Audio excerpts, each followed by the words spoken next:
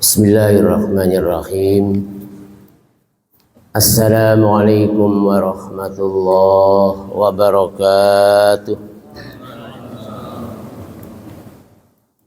Alhamdulillah alladzi arsala rasulahu rahmatan lil alamin. Asyhadu an la ilaha illallah wahdahu la syarikalah wa asyhadu anna Muhammadan abduhu wa rasuluh.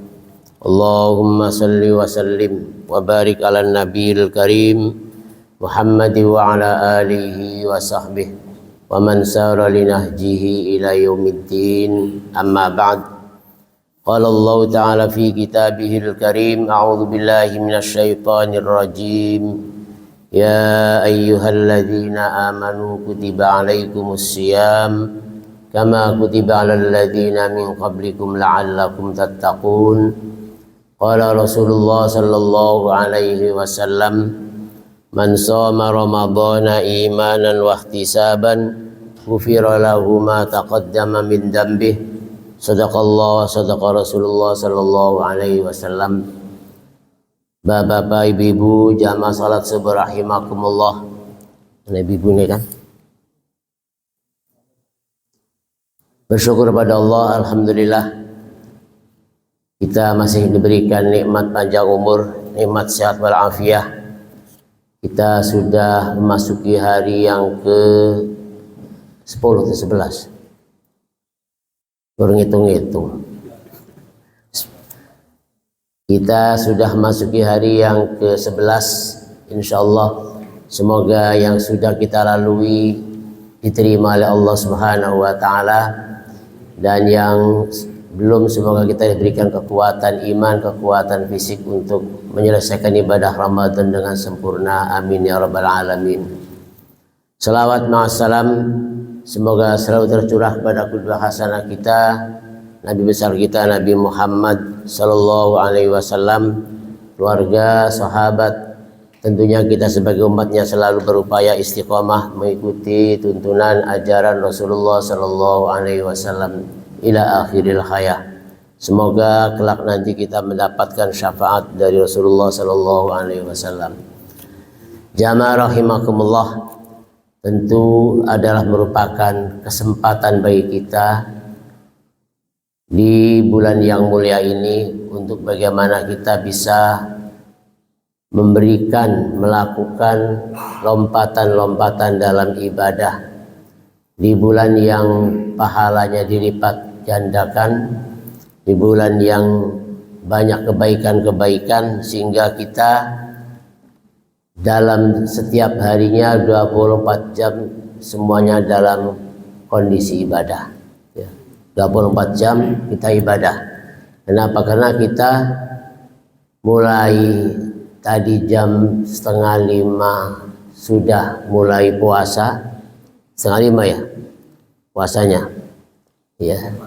3:30, jam 4:04, ya.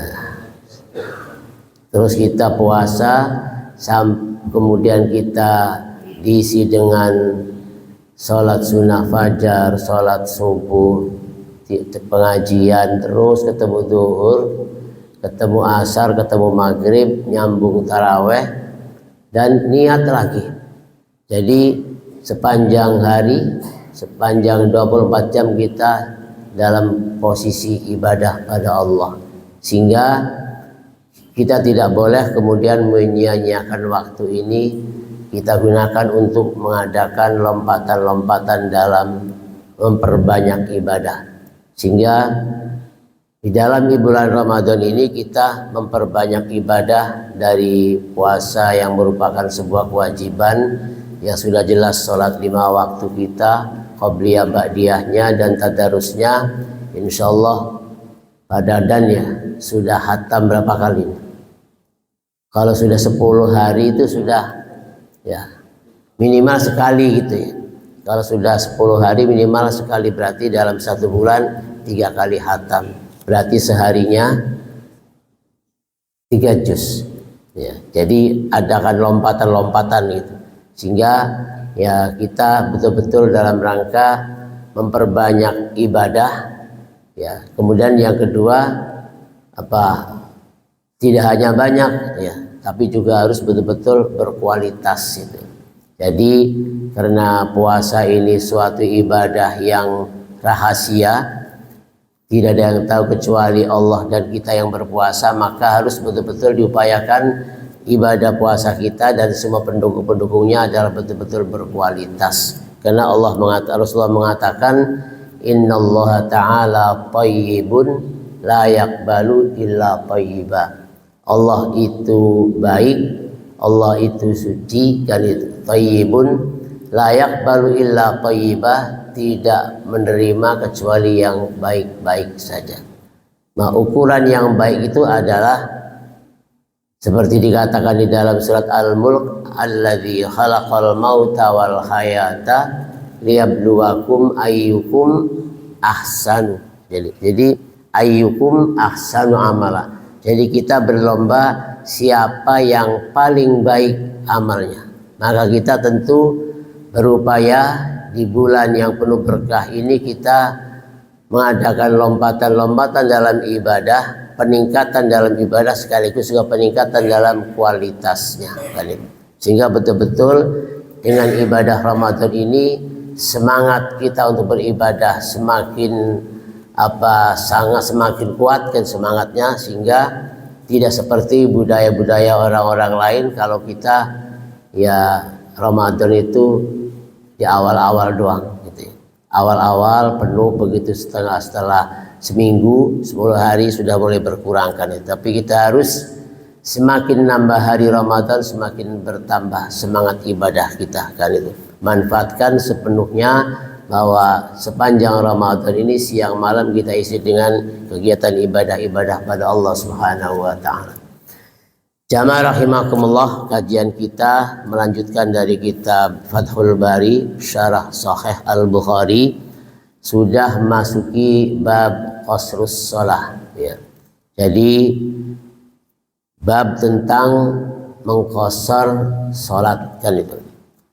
Tentu ini adalah merupakan bukan sebuah hukum yang wajib mengqasar salat, tapi merupakan sebuah boleh gitu ya. Jadi bukan harus, bukan wajib, tapi dibolehkan gitu ya. Jadi kalau dibolehkan itu ya berarti kita pilih yang boleh apa pilih yang wajib kan itu ya. Artinya tetap sholatnya wajib, tapi ada keringanan-keringanan dibolehkan untuk mengqasar sholat. Mengqasar itu artinya memperpendek ya. Karena kalau dalam bahasa Arab tawilun itu panjang, qasir itu pendek kan itu. Jadi qasar itu ada artinya memperpendek atau meringankan atau mengurangi jumlah rakaat sholatnya. Itu namanya qasrus shalah kan itu, mengqasar sholatnya. Dan tentu ini ada syarat-syaratnya. Tidak hanya asal kita ada aturan boleh kemudian kita main boleh aja gitu. Jadi yang dibolehkan mengqasar sholat itu adalah dalam kondisi kita safar ya. Kondisi safar, bepergian kan itu. Seperti dalam bab puasa gitu ya, bahwa musafir itu boleh ya, bukan wajib, boleh untuk tidak berpuasa kan itu. Jadi bukan hukum wajib tapi hukum boleh, merupakan rukhsah, keringanan dan bentuk hadiah dari Allah Subhanahu wa taala bagi musafir. Allah mengatakan, "Faman kana minkum maridun aw ala safarin fa'iddatum min ayyamin ukhar." Jadi barang siapa yang pada bulan Ramadan itu dalam kondisi sakit, au maridun au ala safarin, atau dalam bepergian, fa'iddatum min ayyamin ukhar, maka puasanya boleh ditunda di hari-hari lain di luar Ramadan. Itu sifatnya boleh bagi musafir. Termasuk juga boleh bagi musafir untuk mengqasar sholatnya. Dari zuhur, asar, isya yang harusnya 4 rakaat, kemudian diqasar sebuah keringanan dan hadiah dari Allah, dijadikan zuhurnya 2 rakaat saja kan. Itu dalam hukumnya boleh. Jadi bukan wajib, sehingga kalau yang 4 nggak sah, bukan. Jadi boleh memperingan dan sebuah hadiah dari Allah Subhanahu wa taala. Dan Allah tentu senang kalau pemberian itu, kalau hadiah itu diterima kan itu. Cuma tinggal kita kalau puasa bepergian ini kira-kira nyaman nggak kan itu. Kalau kita dalam bepergian itu kita kemudian sholatnya tetap 4 rakaat, kira-kira terburu-buru nggak kan itu. Karena yang kita usahakan adalah ahsanu amala, yang baik amalnya kan itu. Jadi ketika kita berbuat kebaikan, melakukan sebuah kewajiban harus yang terbaik. Kenapa? Karena memang ya perintah-perintah Allah ini merupakan amanah dan merupakan pesanan dari Allah. Puasalah yang baik, sholatlah yang baik kan itu. Sehingga kalau dilakukan dengan cara tergesa-gesa, buru-buru, maka hasilnya tidak baik kan itu. Jadi apapun perbuatan, pekerjaan kalau kejar-kejaran, ya buru-buru, maka hasilnya kurang bagus kan itu. Jadi walaupun ya kita mau mengerjakan yang 4 rakaat, tidak mengambil qasrus shalah, tidak mengambil qasar, selama itu memang baik, ya nyaman, gak masalah kan itu. Kalaupun kita mau ngambil 2 rakaat sehingga di qasar sholatnya dikurangi menjadi 2 rakaat, ya selama itu memang baik, nyaman, dan itu lebih baik. Kita yang cari adalah ahsanu amalah kan itu. Sholat tarawih gitu ya. Di tempat-tempat lain kayak ngejar-ngejar apa gitu, ubek-ubekan, dan ada sorak-sorak gitu. Jadi amin itu bukan amin, bukan amin gitu ya. Preman aminnya Pak gitu ya. Jadi aminnya kayak orang apa kan itu, amin gitu. Teriak-teriak kan itu ya. Dan kejar-kejaran kan itu. Sampai ada makmum yang ketinggal jauh kan itu dari imam kan itu. Allah Akbar, sami Allah Akbar kan itu. Jumlahnya banyak gitu, tapi tidak berkualitas kan itu. Sedikit berkualitas itu lebih baik kan itu. Kalau kita mau ngambil sholat 4 rakaat sesuai dengan aturannya, tur 4 rakaat kemudian nggak baik, kenapa? Dikejar-kejar sama perjalanan. Apalagi kalau sudah ada pengumuman penumpang Rosalia yang jauh ke Rosalia ya. Kalau hari ini paling sampai situ kan itu. Penumpang Rosalia jurusan mana tuh? Jogja kan itu ya. Jogja, Malang gitu ya. Segera kembali ke bis. Perjalanan segera dilanjutkan. Baru takbir Allahu Akbar, rakaat pertama belum mulai. Mau dibikin 4. Itu kan diteriakin. Panggilan terakhir. Ya panggilan terakhir baru 2 rakaat gitu kan. Sudah kan itu. Kalau sudah panggilan terakhir nggak datang orangnya, bis tinggal baik kan itu. Masih ada bis di belakang yang sepeu dengan di abu bis itu kan itu. Paling dibawa sama bis lain kan nggak nyaman gitu. Kalau teriak-teriakin gitu. Tapi kalau dibikin 2 rakaat gitu dengan khusyuk kan itu. Jadi kita walaupun 2 itu bukan harus kemudian dikebutkan itu, tapi juga dengan ahsanu amala. Di dalam sholat itu ada tumakninah yang kadang-kadang hilang gitu ya. Hilang kenapa? Karena buru-buru. Yang namanya ruku itu harus diam gitu ya, sesuai dengan apa bacaan tasbihnya subhana rabbiyal azim kan itu, baru sami Allahu liman hamida. Ya ketika kita bangun dari ruku yang dinamakan i'tidal itu harus berhenti, sami Allahu liman hamida, berhenti dulu, rabbana walakal hamdu mil'us samawati wa mil ardi, dan seterusnya, baru sujudkan itu. Namun kalau kita lihat di tempat-tempat lain, Allah Akbar, sami Allah Akbar, kan itu. Berapa rakaat? Yang umum itu 20 rakaat tarawihnya, witir 3 kan itu. Walaupun ada yang 36 gitu. 36 gitu ya. Tapi sebentar gitu. Ada yang 8 tapi nyaman, pelan kan itu. Jadi berkualitas, butuh kerjaan kita kan itu. Jadi ya enggak terburu-buru kan itu. Maka ketika diberikan rukhsah sholat qashar gitu, maka kita ya walaupun dikasih 2 buah berarti harus kebut-kebutan, tetap harus dengan ya yang ahsanu amala, yang baik, sehingga semua rukun-rukun sholat itu bisa kita lakukan dengan baik kan itu. Jadi qashar itu artinya meringkas, mengurangi bilangan rakaat sholatnya. Dari zuhur 4 rakaat, asar, isya boleh dibikin 2 kan itu.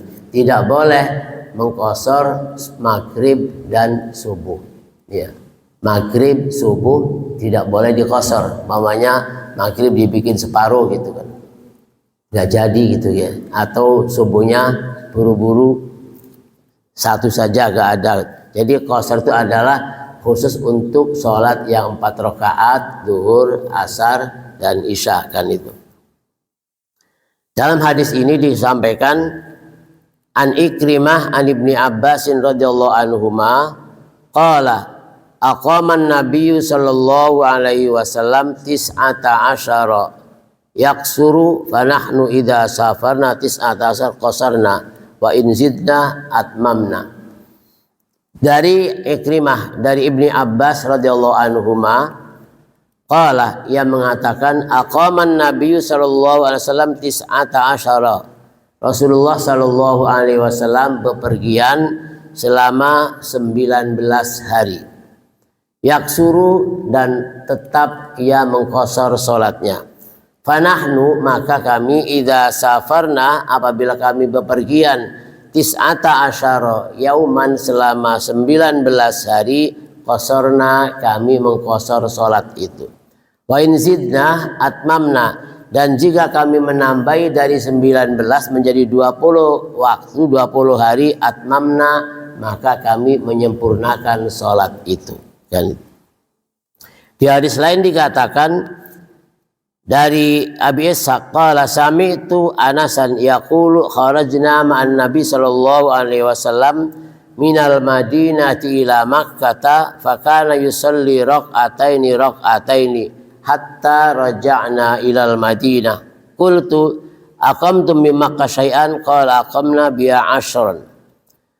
Dari Anas mengatakan kami bepergian bersama Rasulullah sallallahu alaihi wasallam dari Madinah menuju Makkah. Fakana yusalli raq'ataini, maka Rasulullah selalu sholat zuhur, asar, isyanya 2 rakaat.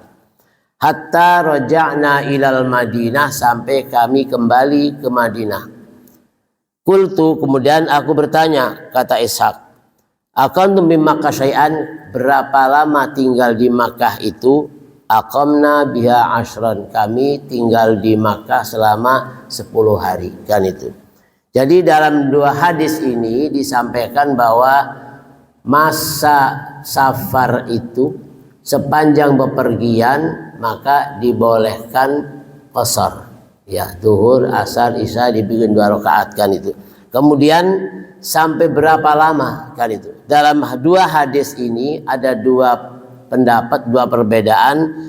Di hadis pertama dari Ibnu Abbas dikatakan Rasulullah SAW tinggal di Makkah itu selama 19 hari. Selama itu Rasulullah sholat zuhur, asarnya, isyanya qashar. Wa in zidna, kalau lebih dari 19 hari maka Rasulullah menyempurnakan sholatnya, zuhurnya 4, asar 4, kembali seperti semula kan itu. Di hadis yang kedua dikatakan dari Anas bahwa kami bepergian bersama Rasulullah dari Madinah menuju kota Makkah.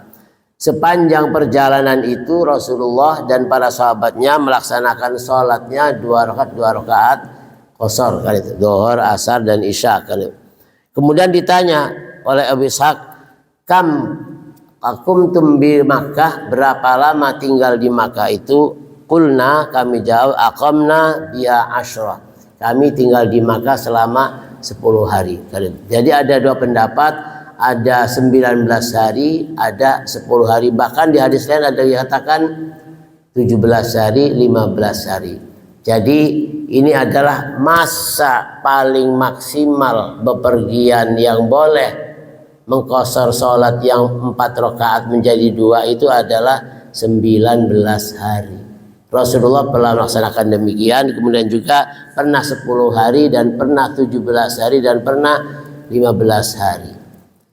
Pendapat Imam Syafi'i rahimahullah bahwa bepergian itu paling lama maksimal adalah 3 hari.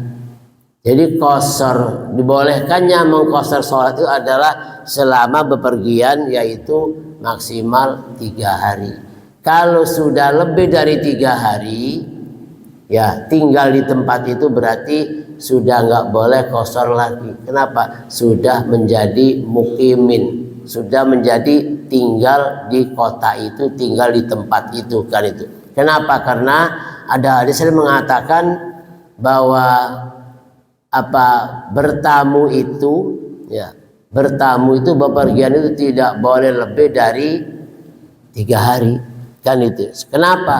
Kalau bertamu itu lebih dari 3 hari, apa kira-kira di keluarganya Ramadan nih gitu, jadi tamu 3 hari, repot tuan rumah, buka sahur kan itu, mandi ngantri kan itu ya, tidurnya kan itu di ruang mana kan itu.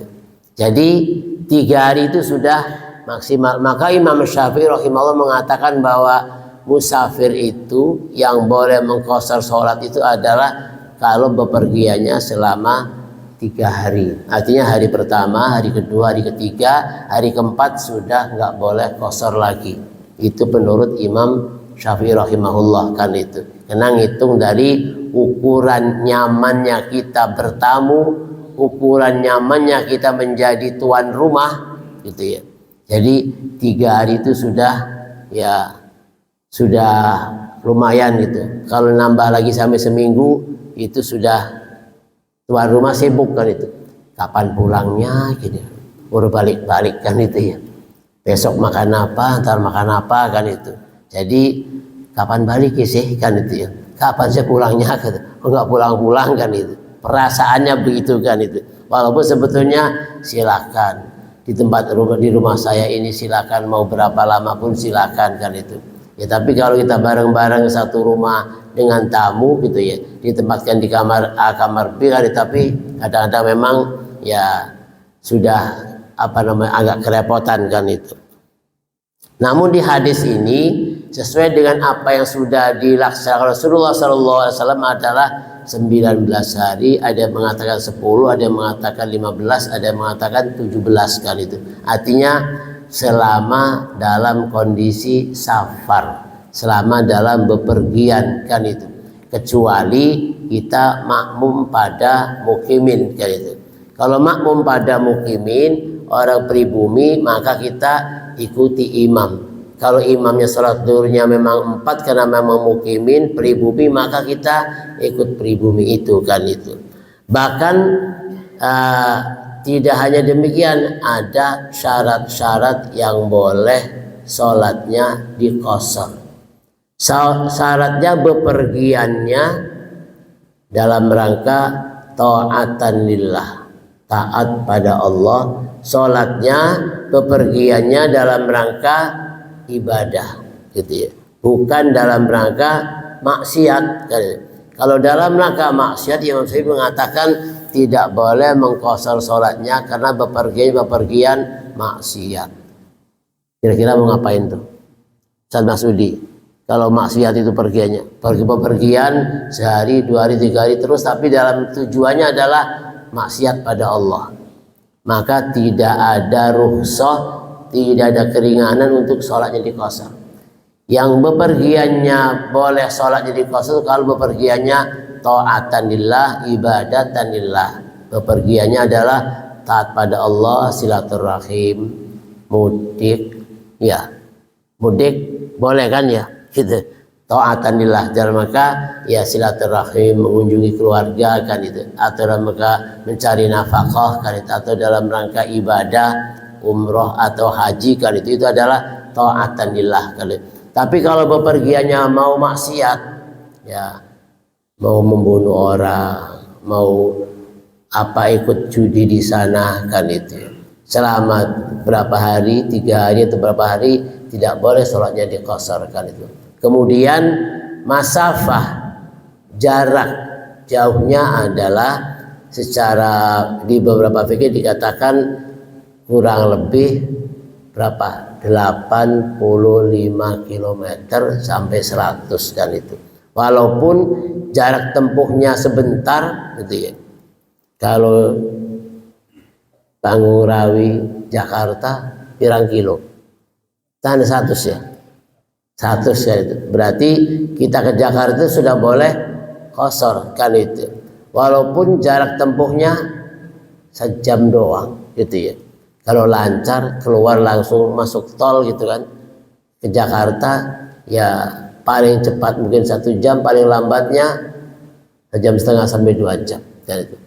Artinya kalau kita mengqashar sholat ya di mana, di Jakarta mau pulang ke sini gitu ya, sekaligus di jamak qashar dan jamak zuhur dan asar sholat di Jakarta, kemudian pulang, ternyata sampai rumah baru adzan asar, padahal kita sudah mengqashar menjamak sholat itu ketika kita mau pulang. Kita pulang mamanya jam 1, kita sholat zuhur jamak qashar dengan asar, zuhur 2 rakaat, asar 2 rakaat, jam 1 pulang gitu ya. Sampai rumah ya 2 jam itu sudah paling lambat ya. Sampai rumah belum asar, baru jam 3, asar itu jam 3 seberapa, 3:04 itu ya. Begitu kita sudah masuk rumah baru adzan asar, gimana sholat kita kan itu? Kan tadi asar sudah, sholat lagi kita kan itu. Ya, sholat kita sudah cukup tadi di jamak qashar di perjalanan kan itu ya. Walaupun ternyata sampai rumah belum asar kan itu ya. Jadi itu adalah merupakan keringanan dari Allah. Jadi bukan jarak tempuh tapi jarak jauh kan itu.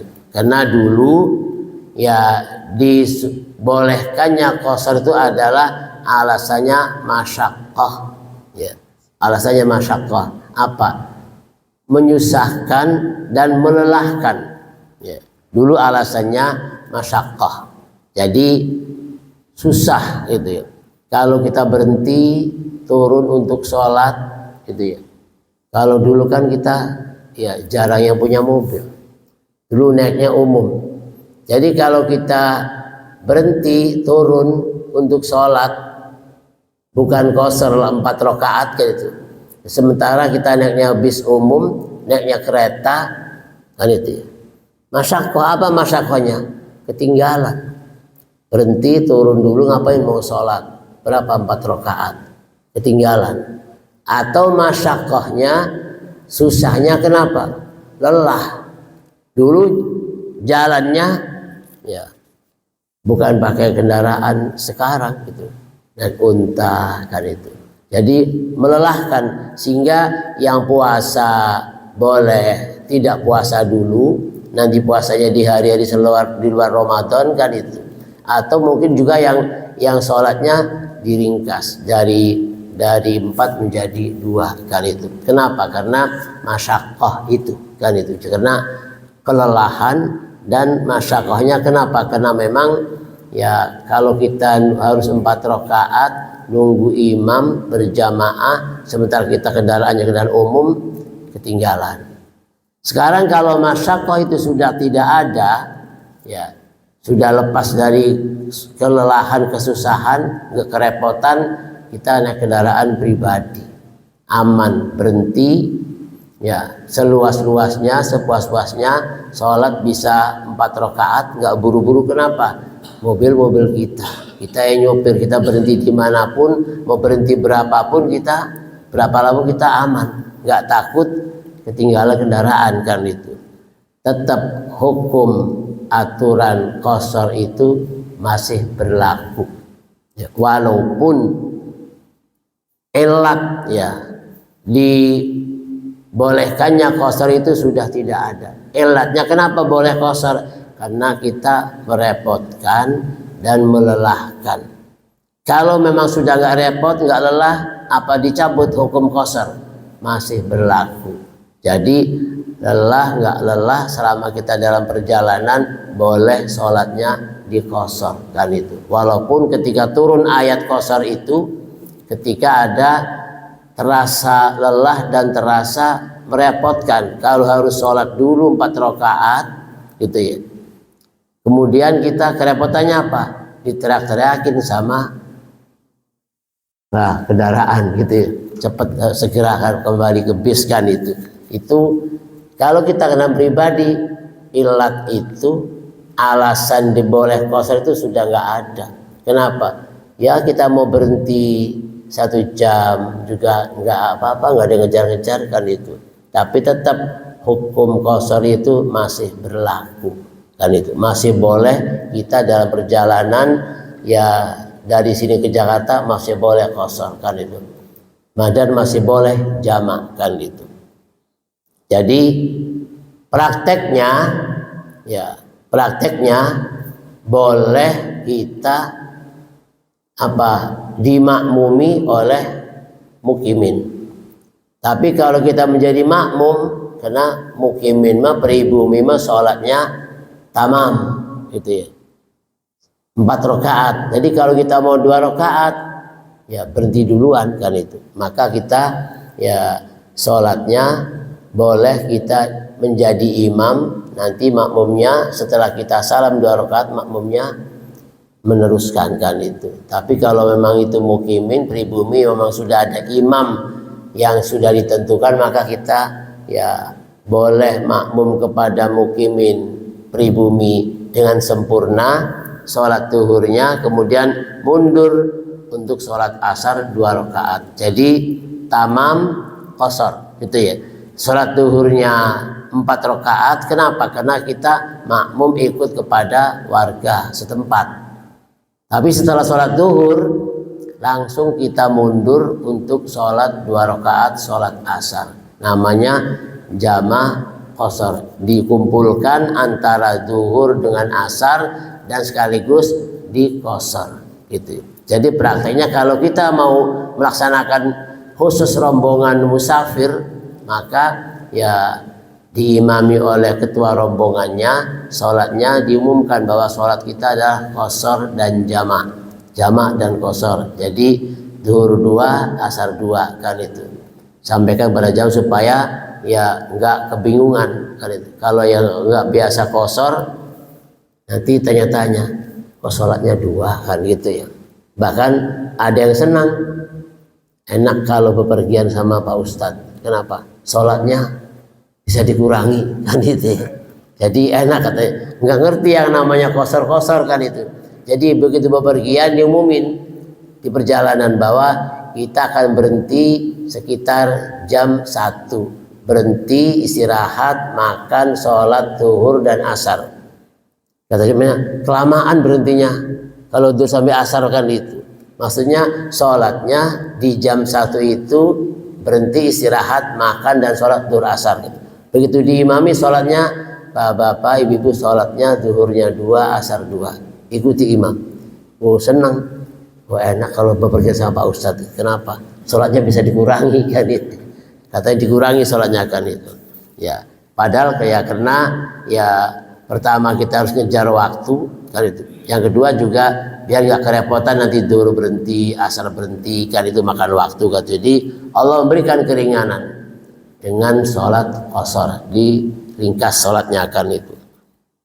Jadi kita kadang-kadang ya bingung begitu sampai di rest area dengan waktu yang awal waktu, sementara pribumi sholatnya tamam 4 rakaat. Kita yang sebagai musafir mau sholat jamak qashar kadang-kadang bikin imam dewek.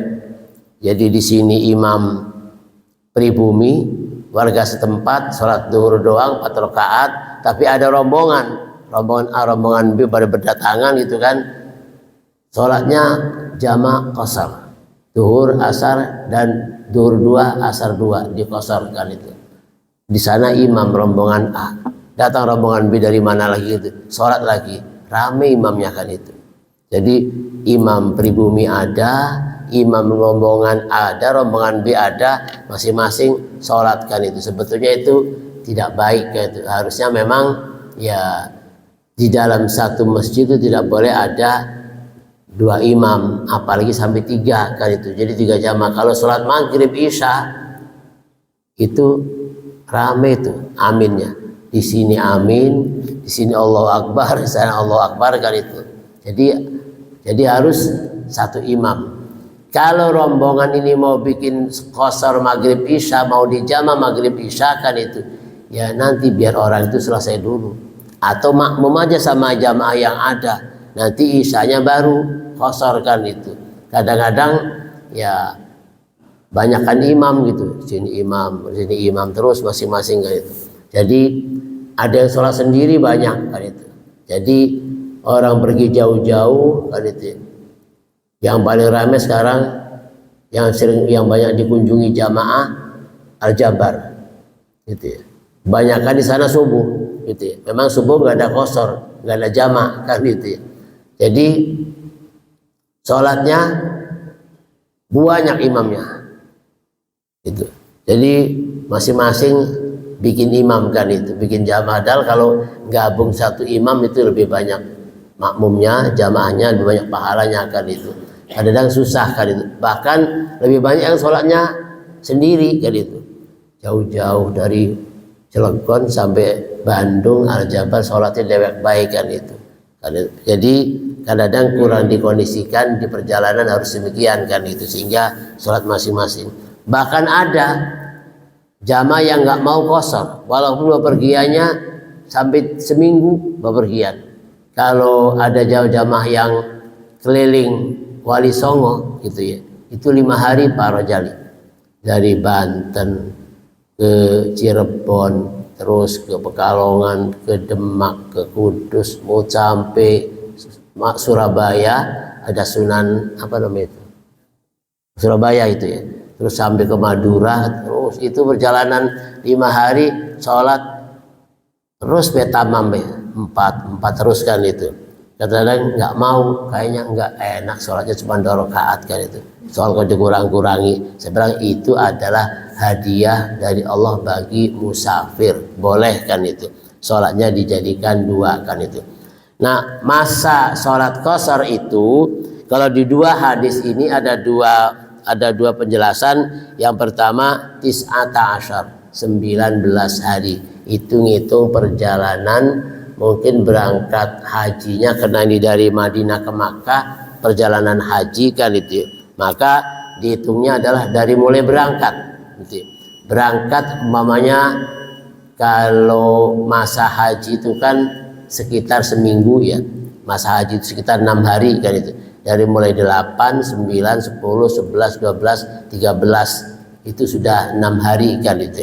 Tapi kalau berangkatnya mungkin dari tanggal 5 umpamanya, 5, 6, 7, 8, 9, 10, 11, 12, 13, baru 9 hari kan itu.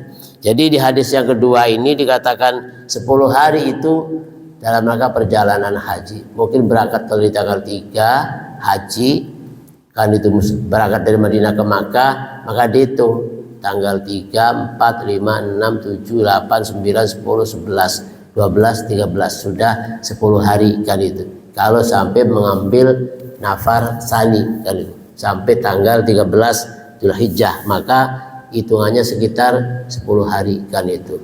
Jadi sebetulnya ya itu paling enak kalau perjalanan haji 10 hari ya, ngambil ifrad gitu ya, sehingga nggak lepas-lepas pakai ihram kan itu, atau ngambil qiron sehingga di antara haji dan sekaligus kan itu.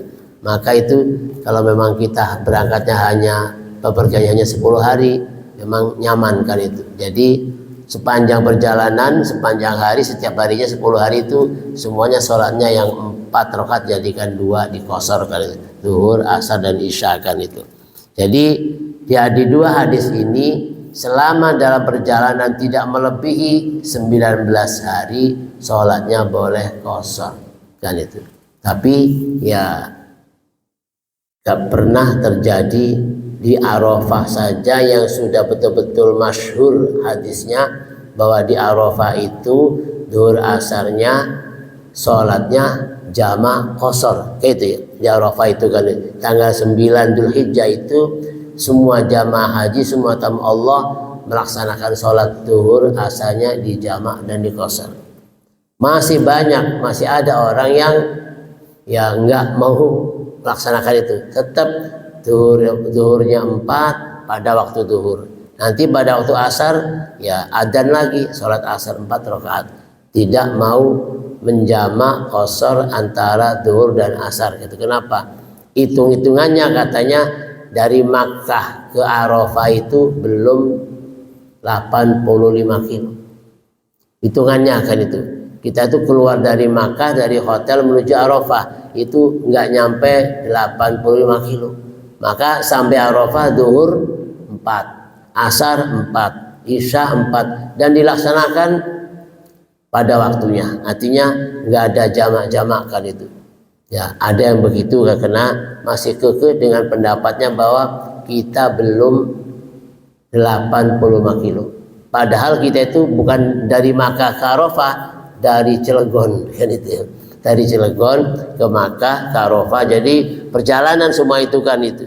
Namun tidak boleh lebih dari 19 hari. Karena di sini ada 10 hari, ada 15 hari, 17 sampai 19, tapi di atas 19 itu tidak ada kan itu. Dan itu yang sudah disampaikan Rasulullah SAW kan itu.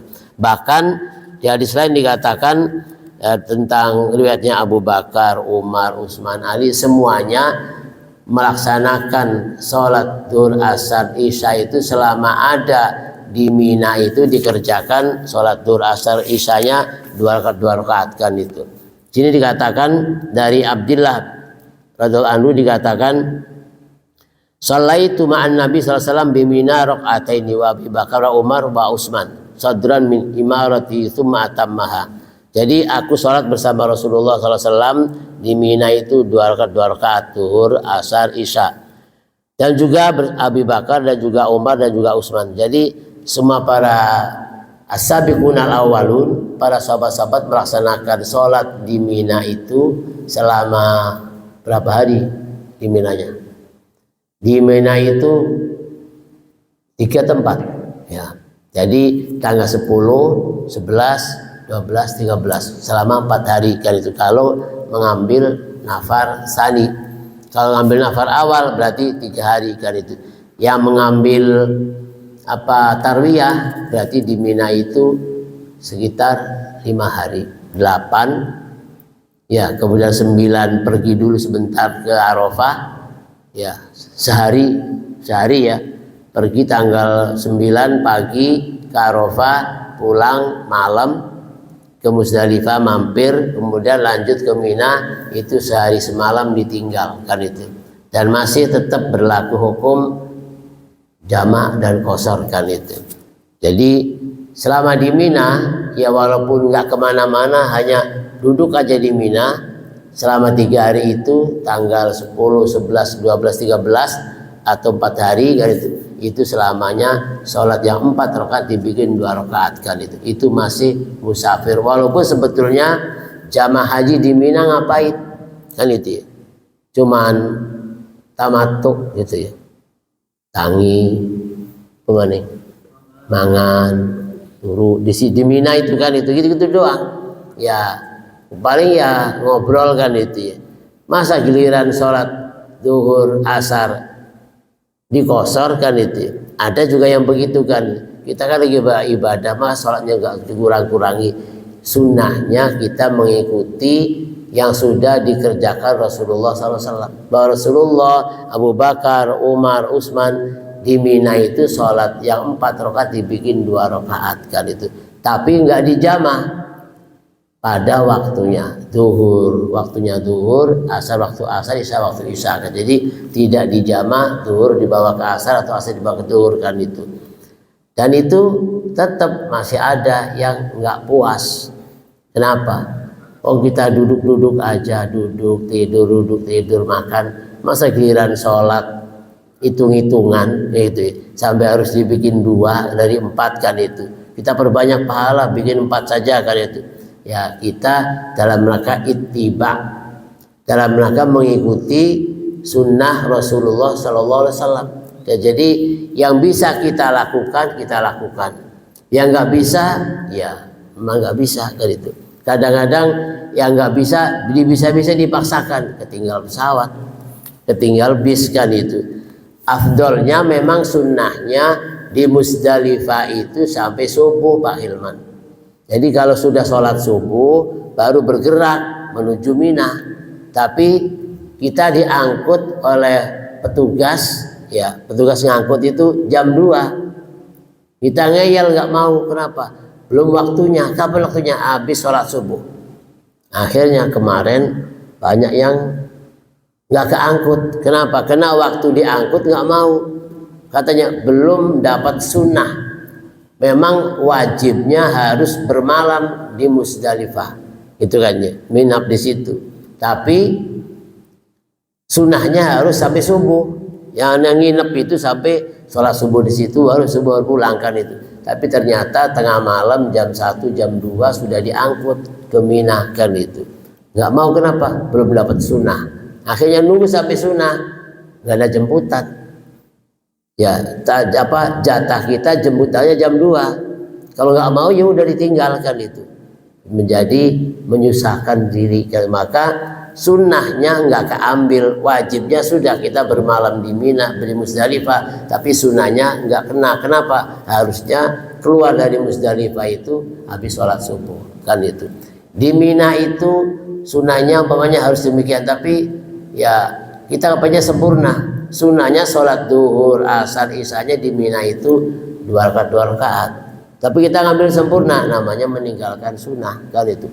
Tarwiyah tanggal 8 harus di Arafah, itu sunnah kan itu. Selama masih bisa, kalau nggak bisa ya jangan dipaksakan kan itu. Selama masih bisa kita ngambil sunnah itu kan itu. Kalau nggak pun juga nggak itu sunnah kan itu. Jadi la yudraku kulluhu la yutrak kulluhu. Sesuatu yang tidak bisa diambil semuanya jangan ditinggalkan semuanya. Kalau ini bisa lakukan, ini nggak bisa ya nggak. Tapi kita nggak nyunah ya nggak bisa. Yang namanya mencium hajar aswad sunnah gitu kan. Tapi kalau nggak bisa ya jangan dipaksakan kan itu. Jadi yang bisa kita lakukan, yang nggak bisa jangan ditinggalkan. Jadi yang nggak bisa, yang bisa jangan ditinggalkan kan itu. Masa kita nggak sholat sunnah qobliyah, masa sholat ba'diyah kan itu. Jadi sebelum zuhur kita nggak sholat sunnah. Kenapa? Mepet. Sudah masuk masjid sudah qomat. Jadi ketinggalan yang namanya sunnah. Tapi habis sholat zuhurnya sholat sunnah ba'diyah namanya kan itu. Lah wong kita nggak qobliyah masa ba'diyah kan itu. Yang qobliyah nggak keburu, tapi ba'diyah keburu. Jadi sesuatu yang tidak didapatkan semuanya jangan ditinggalkan semuanya. Jadi kalau kita memang bisa qashar, memang sunahnya dikosor, sholatlah qashar selama kita ada di Mina kan itu. Itu semua termasuk di sini katakan dari Utsman bin Affan, itu dari Abu Bakar, Umar, semuanya ketika di Mina itu selama 4 hari sholatnya qashar kan itu. Pulang ke Makkah, ke hotel, baru sholatnya kembali sempurna lagi, tamam lagi menjadi zuhur 4, asar 4 kan itu. Itu ya kita dalam perjalanan ya afdolnya memang kita mengambil hadiah pemberian dari Allah. Allah suka senang kalau pemberian itu diterima oleh hambanya. Sholatnya 2 rakaat saja kan itu. Ketika Rasulullah dari Madinah menuju Makkah, dulu nggak ada hotel Pak Masudi ya kita, nggak ada penginapan, nggak ada dar, namanya dar kalau di sana, kalau di sini namanya losmen itu. Jadi apartemen gitu ya. Apartemen, hotel, kalau sekarang kan gitu. Kalau di hotel mahal ya di apartemen kan itu namanya dar. Dulu bagaimana Rasulullah kan itu tinggalnya di tenda-tenda, belum ada bangunan-bangunan. Jadi dari Madinah ke Makkah mau ibadah haji itu ya berangkat, nggak ada kendaraan kan itu, naik unta kan itu berangkat. Maka karena ada masyaqqah, kelelahan, darurat itu, maka sholatnya qashar, ketemu asar, bahkan boleh dijamak zuhur asar di sini kan itu. Bahkan pernah saya mengatakan tidak boleh ada yang sholat sebelum sampai sebuah tempat gitu ya. Nah kemudian sudah masuk waktu itu, masing-masing punya ijtihad. Kalau kita ngejar sampai sana, ini waktunya habis, sholat aja di sini. Tapi kata satu lagi mengatakan, kata Rasulullah sholatnya jangan di sini, di sana kan itu. Tapi begitu dilaksanakan yang ada melaksanakan di sini dan maksud di sana, akhirnya kata apa? Dua-duanya benar.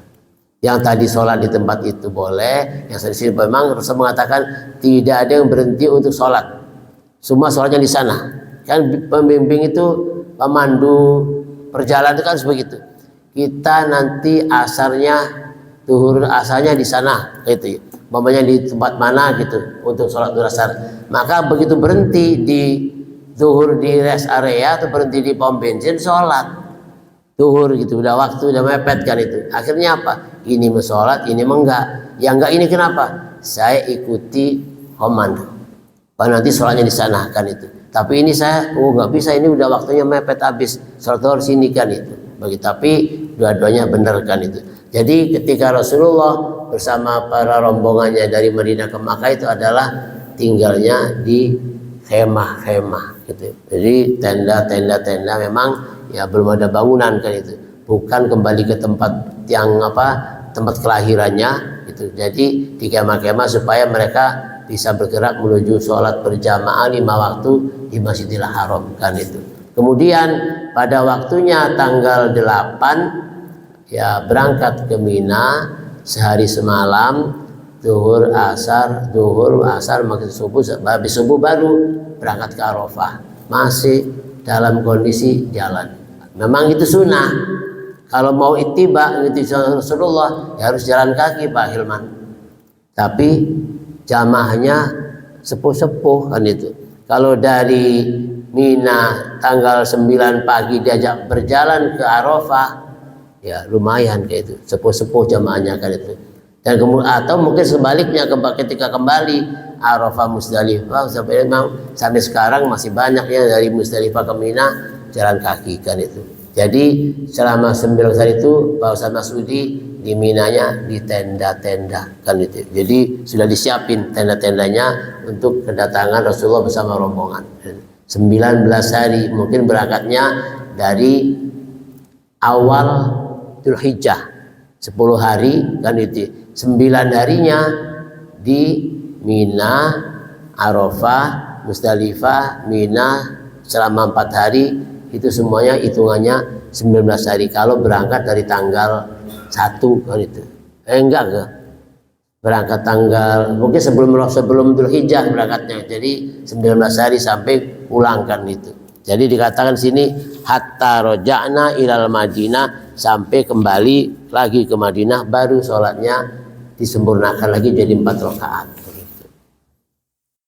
Ya, jadi prakteknya kalau kita jamak qashar, kalau dilaksanakan di waktu zuhur, asarnya dibawa ke zuhur, atau maghrib dibawa, atau isya dibawa ke maghrib, maka ya sholatnya maghrib dulu, baru isya, zuhur dulu, baru asar, gitu ya.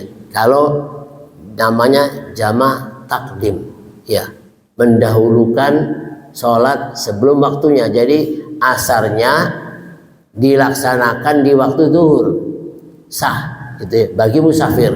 Isyanya dilaksanakan di waktu maghrib, sah bagi mukimin, bagi musafir. Kalau mukimin ya pribumi nggak boleh asar dilaksanakan di jam 1, ya dikumpulkan itu nggak boleh kan itu, harus ya pada waktunya kan itu. Katakan as-sholatu fi waqtiha. Kemudian dalam prakteknya ada yang melaksanakannya isya dulu atau asar dulu baru zuhur, isya dulu baru maghrib kan itu. ketika melaksanakan jamak qashar kan itu. Kalau sholat zuhurnya dibawa ke asar, maghribnya dibawa ke isya, gitu ya.